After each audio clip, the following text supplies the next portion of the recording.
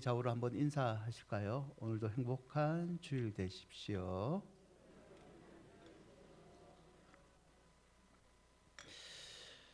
여러분, 그 미룬이라는 노래가 있어요. 어른들 저도 사실은 낯설었는데 설교 준비하다 보니까 이 별의별 걸 다 보다 보니 이걸 보게 됐는데요. 미룬이라는 노래가 있는데 이 노래는 메타코미디 소속의 이재규라는 개그맨이 올해 5월 1일 날 발매한 곡입니다.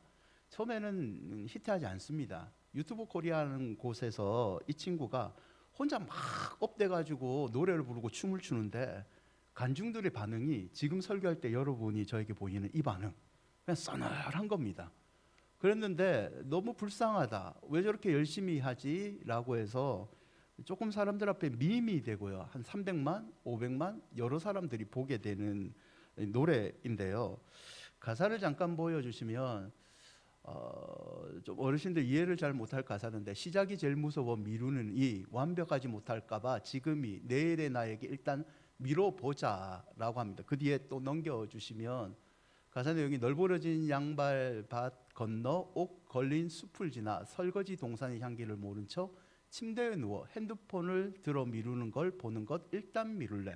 여러분 자녀들 생각하시면 돼요. 침대에 누워서 핸드폰 만지고 있는 그 아이들. 또 넘겨주시면 이런 가사도 있어요. 약해 빠진 의지를 다시 한번 다지기 위해 동기부여하는 영상을 찾아 나중에 볼 영상에 저장해도 더 이상은 못 미뤄. 지금이 그때야. 이것만 보고 힘내서 시작할 거야. 열정 불태우기 위해 일단 치킨 먹고 시작하자. 미루자. 이런 내용입니다. 이 젊은 사람들 몇 명은 동감할 수 있어요. 여러분, 이 내용이요, 세상에서 가장 즐겁던 아이가 시간을 지나면서 무언가 시작하려고 하니까 좀 부담스러운 거예요. 그래서 좀 일단 미뤄보자. 지금 도전하지 말고 미루자. 내가 너무 미뤄서는 안 되겠네. 그러면 잘되는 사람들 동기부여하는 유튜브 영상을 한번 보자. 먹었더만 배가 고파요. 치킨 먹고 시작하자. 그리고 그냥 잡니다. 또 미룬다는 거죠. 어른이라고 하지만 이 세상이 너무 힘들어서 아무것도 하지 못하는 미룬이가 되어버린 자기 자신을 약간 비관하는 내용을 담고 있습니다. 여러분, 요즘 상황이 너무 힘들다고 하잖아요. 그래서 젊은이들은 자기가 하고 싶어도 하는 일을 자꾸 미루게 돼요. 졸업도 미루게 되고 취업도 미루게 되고 여러 가지를, 결혼도 미루게 되고 아이 낳는 것도 미루게 되고. 근데 믿음에서도 혹시 우리가 이 미루는 미루니 같은 모습이 있지는 않습니까? 이런 거죠. 그래, 이제 올해부터는, 올해 가기 전에 내가 기도한다고 작정을 했는데 송구영신 때 이제 더 미루지 말고 작정 기도를 한번 해보자. 하려고 해요. 그랬더만 오늘 내 10년지기 친구랑 약속이 있지. 기도 내일부터 하지. 미루는 겁니다. 내가 성경을 읽었다고 생각을 했는데 성경을 못 읽고 있네. 근데 혼자 성경 읽기는 좀 버거운 것 같아. 주일날 김 집사와 이 집사랑 커피 한 잔 마시면서 이번 한 달 동안 우리 창세기 읽어보자고 한번 설득해가 같이 읽어야겠다. 막상 주일이 되니까요, 김 집사하고 이 집사가 안 왔네. 다음 주에 얘기하지. 또 미루는 거예요. 교회에서 목사님이 맨날 전도하라고 영화관에 표 사가지고 사람도 데리고 오라고 하는데 이번에도 나도 한번 전도를 해볼까? 막상 전도를 하려니까 근데 내 주변 사람들 왜 이렇게 바쁠 것 같아? 내가 전도 권면했다가는 이 모임에서 왕따가 될 것 같아. 전도 내년으로 미루자. 미루는 모습이 믿음 생활에도 있다는 거죠. 여러분, 믿음이라는 것은요, 사실 미뤄서는 안 됩니다. 성경을 보시면 하나님께 인정받고 하나님께 쓰임받는 사람들을요, 성경의 기자들은 그들이 순종하였다라는 표현을 씁니다.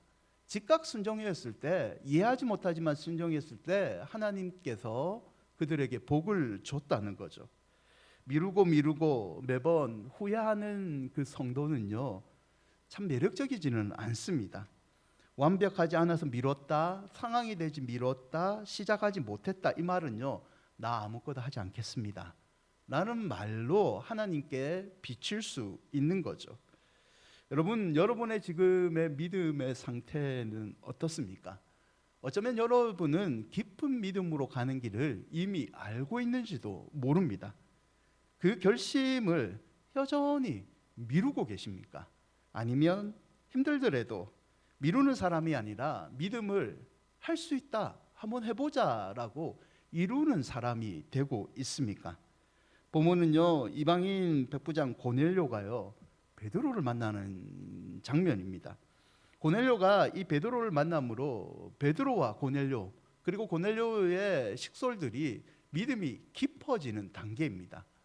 이 짧은 만남을 통해서 우리는 하나님의 자녀가 되고자 했던 고넬료를 통해 믿음의 어떤 태도를 가지는 것이 하나님의 자녀가 되는 방법인가를 조금 교훈받을 수 있습니다. 첫째는요, 하나님이 자녀가 간절히 되고자 하면 그 안에 갈망이 있어야 됩니다.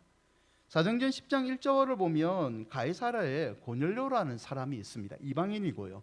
그는 로마의 백부장입니다. 헤롯 아그리파 밑에서 로마 군인으로 구성된 가이사라 군대의 백부장이죠.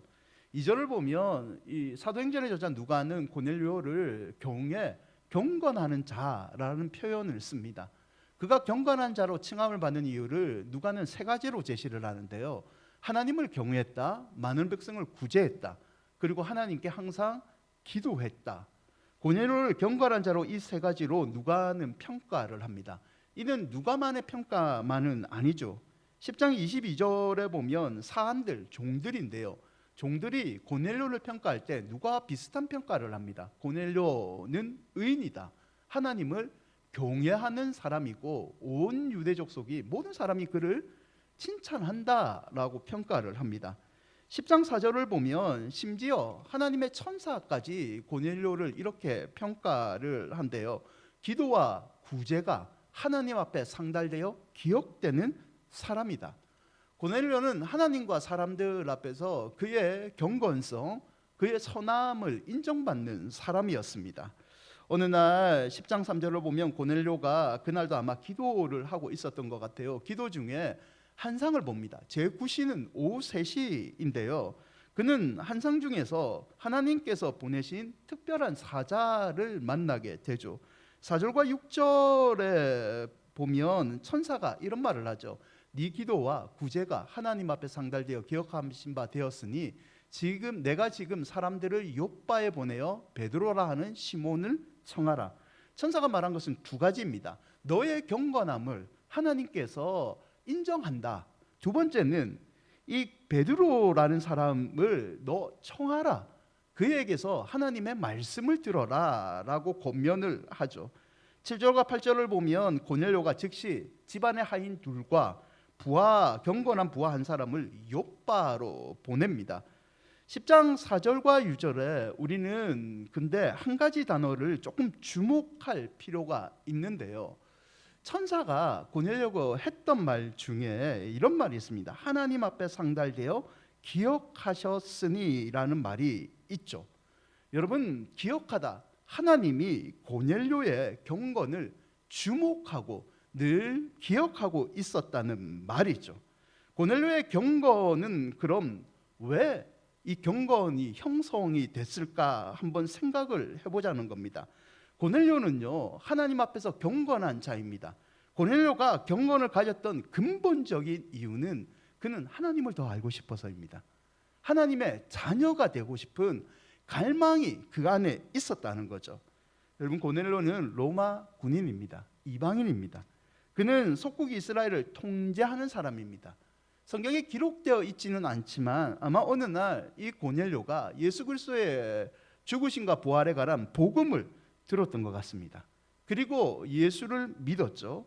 그 안에 예수를 믿고 나니까 내가 하나님을 진짜 만나고 싶다, 하나님의 자녀가 나도 더 되고 싶다라는 이 갈망이 생겼다는 겁니다. 그 갈망이 생기니까 고넬료가 매일 기도를 합니다. 그리고 자신을 털어서 가난한 자를 돕습니다. 하나님의 자녀의 삶이 이웃을 사랑하는 거구나, 내가 하나님의 진짜 자녀가 되기 위해서 가난한 사람을 도와주는 게 마땅하다는 거죠. 그가 사람들에게 칭찬을 받고자 선한 행동을 한 것이 아니라 하나님의 자녀가 되기 위해서 올바른 행동을 하다 보니 사람들의 칭찬이 따라왔다는 겁니다. 10장 4절에 이런 갈망의 모습을 하나님 앞에 상달되었다. 하나님께서 그 모습을 지켜보고 계셨다는 거죠. 그래서 하나님께서 천사를 보내어 하나님의 자녀가 되고 싶어하는 고넬료의 소원대로 말씀의 깊이를 가지고 있는 베드로를 만나서 자녀의 삶을 구체적으로 가르쳐 주기 원했다는 거죠. 여러분, 마가복음 10장 46절과 47절을 보십시오. 어느 날 예수께서 제자들과 함께 무리와 함께 여리고로 가십니다. 그때 길가에 앉아있던 맹인거지 바디메오가 있습니다. 이 바디메오가 평소에 자기가 소문으로 듣던 예수가 자기 옆에 지난다는 소리를 듣습니다. 그리고 외치죠. 다윗의 자손 예수여, 나를 불쌍히 여기소서. 48절에 보면요, 사람들이 꾸짖습니다. 네가 왜 예수님의 무리를 방해하냐, 뭐 이런 거죠. 네 따위가 어떻게 저 선한 예수님에게 가까이 갈 수 없다라고 무시를 당하죠. 제재를 당합니다. 그때 48절을 보시면 이 바디메오가 어떻게 합니까? 포기하지 않습니다. 예수를 만나고자 하는 갈망이 너무 컸기 때문에 더욱 크게 소리 질러 이르되 다윗의 자손이여, 나를 불쌍히 여기소서. 자신의 갈망을 더 크게 외칩니다. 49절에 예수께서요, 바디메오의 소리를 듣고 멈추십니다.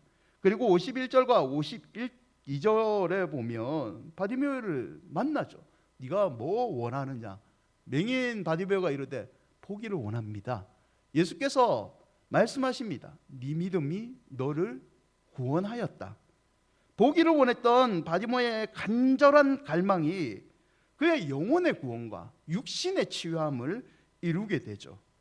여러분, 하나님의 자녀가 되고 싶다면요, 우리에게도 때로는 조금 제재가 있을지라도, 어려움이 있을지라도 바디메오처럼 다윗의 자손 예수여, 나를 좀 봐달라는 그런 갈망이 있어야 된다는 거죠. 하나님의 자녀가, 여러분이 하나님의 진정한 자녀가 되시기를 바랍니다. 그래야 한다면 우리 가운데도 하나님을 자녀가 되기 위해서 자신의 재산을 털었던 고넬료, 항상 기도했던 그 고넬료의 갈망이 우리 가운데도 늘 있어야 됩니다. 시편 42편 1절과 2절인데요, 함께 읽어볼까요? 하나님이여, 사슴이 시냇물을 찾기에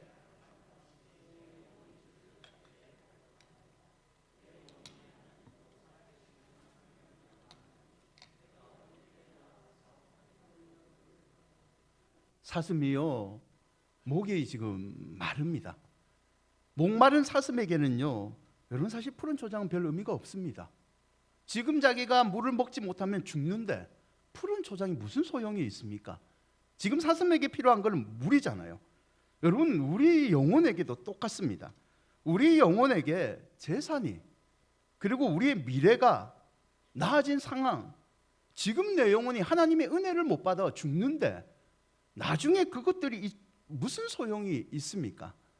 여러분, 성도에게는요, 하나님의 갈망이, 하나님을 향한 갈망이 있어야 되고, 그 갈망을 채워주시는 하나님의 은혜가 있어야 될 줄 믿습니다. 예레미야 29장 12절과 13절에 예레미야는 이렇게 얘기하죠. 너희가 내게 부르짖으면, 내게 와서 기도하면 내가 너희들의 기도를 들을 것이요, 너희가 온 마음으로 나를 구하면 나를 찾을 것이요, 나를 만나리라. 갈망을 가지고 구하라, 찾으라, 그러면 내가 다 이루어 주겠다 얘기합니다. 근데 성경은 뭐라고 얘기합니까? 온 마음으로 찾으라. 그냥 대충 찾지 말고, 필요할 때만 찾지 말고 늘 갈망을 가지고 온 마음으로 나를 찾으라는 거죠. 여러분, 하나님은요, 사실 하나님 앞에 나오는 우리의 환경을 보지 않습니다. 이 사람이 잘 산다 못 산다, 그거 하나님한테 별 의미가 없잖아요. 하나님 다 가지신 분인데. 이 사람이 똑똑하다, 좀 못 배웠다, 그것도 하나님 앞에 별 상관이 없습니다. 전지 모든 것을 다 아시는 분 아닙니까? 하나님은 하나님 앞에 나왔을 때 우리의 딱 한 가지만 관심 갖고 계십니다. 믿음의 태도. 내가 진짜 은혜를 바라고 있느냐, 은혜를 바라고 있지 않느냐, 그 한 가지에 하나님은 관심을 갖고 있다는 거죠. 요한계시록 3장 14절과 16절에 라우디게아 교회가 있습니다. 이 교회에 관해서 예수께서 책망을 하시는데요, 예수의 책망은 이거였습니다. 내가 차지도 아니하고 뜨겁지도 아니하도다. 내가 차든지 뜨겁든지 하기를 원하노라. 여러분, 라우디아 교회를 향한 이 책망은요, 예수를 전혀 모르는 불신자를 향한 책망이 아닙니다. 소위 예수님을 잘 믿는 성도들을 향한 책망이죠. 온 마음으로 하나님을 갈망하지 않는 네 믿음을 회개하라라는 뜻 아닙니까? 사랑하는 여러분, 여러분 마음 가운데는 하나님을 향한 갈망이 여전히 불타고 계십니까? 부르짖고 기도를 내가 하고 있습니다, 목사님. 내가 예배를 드리고 있습니다. 그렇지만 부르짖고 예배를 드린다 할지라도 그 안에 하나님을 사모하는 마음이 온전하지 않으면 우리의 믿음은 문제가 있다는 거죠. 마태복음 22장 37절인데요. 함께 읽어볼까요? 예수께서 이르시되 네 마음을 다하고 목숨을 다하고 뜻을 다하여 주 너의 하나님을 사랑하라 하셨습니다. 여러분, 성경에서요, 하나님이 우리에게 요구하는 것 생각보다 복잡한 것 같지만 간단합니다. 여러 가지 말로 달리 표현했지만 하나님은 딱 한 가지를 우리에게 요구했습니다. 너 나를 사랑하라. 너 나를 예배하라, 감사하라, 찬양하라. 한 가지 말 아닙니까? 너 나를 사랑하라. 하나님은 이거 하나 원하셨던 거죠. 거창하게 기도하지 않아도 심령 깊숙한 곳에 하나님에 대한 갈망이 있다면 하나님은 우리에게 약속하셨죠. 내가 네 미래와 너희 가족들을 책임져 주겠다. 여러분, 믿음의 위기는요, 우리의 환경이 안 좋다는 것은 믿음의 위기가 아닙니다. 핍박이 있다, 위기일 수 있죠.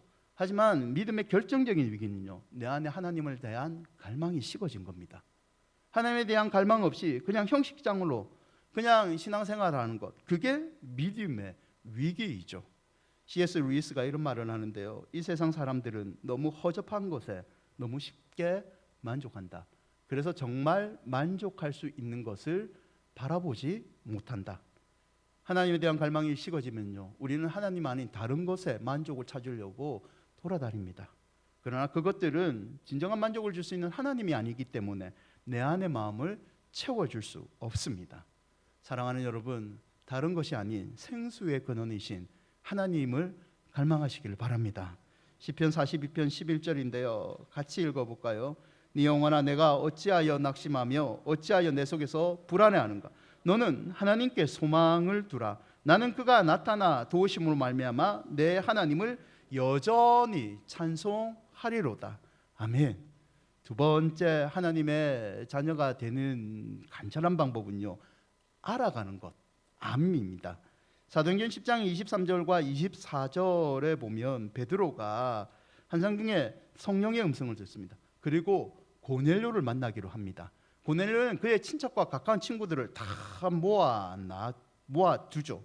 28절과 29절에 보면 베드로가 묻습니다.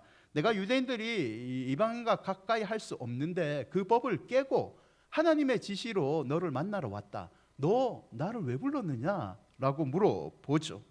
이때 사도행전 10장 33절에 고넬료가 베드로에게 이런 대답을 합니다. 우리는 주께서 당신에게 명하신 모든 것을 듣고자 하여 다 하나님 앞에 있나이다. 하나님 말씀 듣고 싶습니다. 하나님 자녀가 되는 방법을 당신을 통해서 듣기를 원합니다 라고 하죠. 33절에 고넬료의 이 대답을 듣고 베드로가 조금 이상한 말을 합니다. 34절과 35절인데요. 베드로가 입을 열어 말하되 내가 참으로 하나님은 사람의 외모를 보지 아니하시고 각 나라 중 하나님을 경외하며 의를 행하는 사람은 다 받으신 줄 깨달았도다 라고 얘기를 하죠. 여러분, 잘 생각해 보십시오. 지금 누가 누구에게 말씀을 전하러 왔습니까? 베드로가 누구에게 왔죠? 고넬료에게 왔습니다. 그러면 베드로의 말씀을 듣고 고넬료가 깨닫는 게 정상적인 흐름입니까? 고넬료를 통해 베드로가 깨닫는 게 정상적인 겁니까? 베드로를 통하여 고넬료가 진리의 말씀 내가 드디어 당신을 통해서 깨달았습니다. 이렇게 표현을 해야 되죠. 근데 성경을 보시면 베드로가 오히려 고넬료의 말씀을 듣고 내가 깨달았다라는 표현을 씁니다. 여러분, 베드로는 무엇을 깨달았다는 말일까요? 그는요, 하나님에 대해서 알 만큼 안 사람입니다. 제자들 12명 중에서 특별히 예수님과 더 많이 동행했던 사람입니다.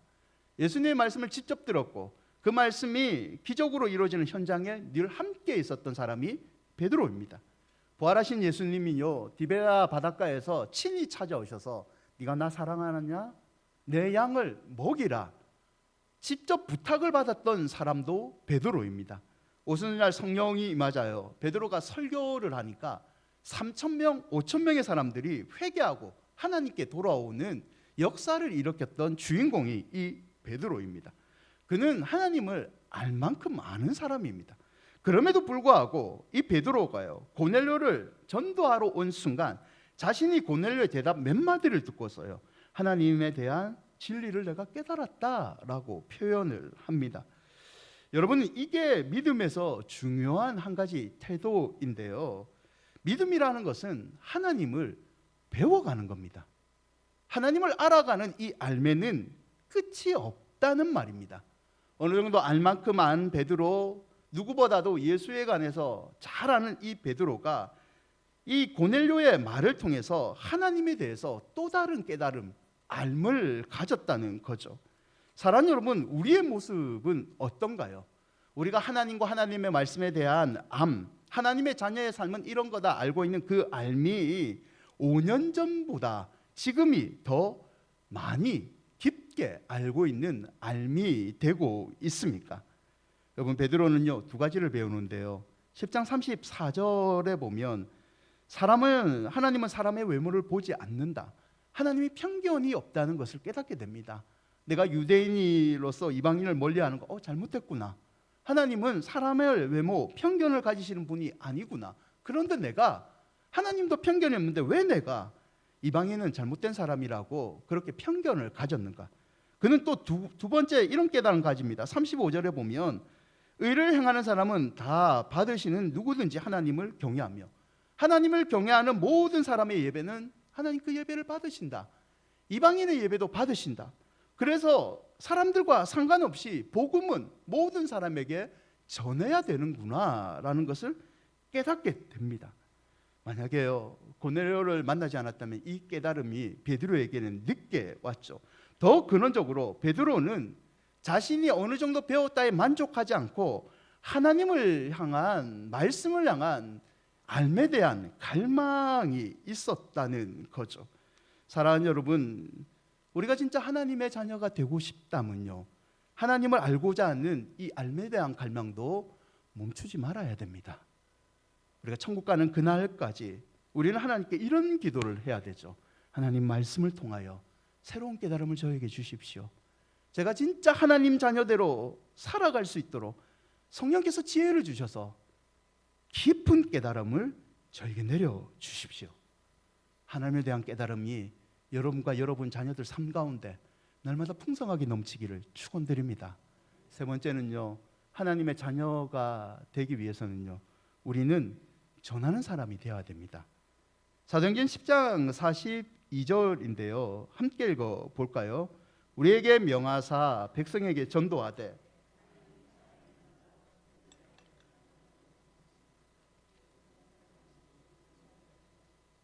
베드로는요 자신과 포함된 제자라고 말하는 사람들이 명령을 받았다고 얘기를 합니다. 누구에게 명령받았느냐? 예수님에게 명령을 받았다고 얘기를 하죠. 38절과 41절에 보면요 하나님이 나사렛 예수를 통해서 하신 일을 얘기하면서 그는 자신이 증인이라고 표현을 합니다. 41절에도 증인 곧 죽은 자 가운데서 부활하신 후 그를 모시고 음식을 먹은 우리에게 하신 것이라. 하나님의 자녀가 우리는 예수 그리스도를 통해서 되었다. 그러나 하나님의 자녀는 거기서 만족하는 것이 아니라 예수께서 우리를 위해서 죽으셨고 사흘 만에 부활하셨다는 것을 증언하는 이 증인이 되어야지 진정한 하나님 자녀가 된다는 것을 가르쳐 줍니다. 그래서 42절과 43절에 보면 베드로는 자신들의 증언하는 내용을 부활하신 예수님이 증언하라고 명령했다. 예수는 부활했다. 이게 하나님 자녀가 되는 이 증거라고 얘기를 하죠. 42절에는 살아있는 자와 죽은 자의 재판장에 예수께서 다시 오신다. 이걸 우리는 증언해야지 진짜 하나님의 자녀가 될 수 있다고 얘기를 합니다.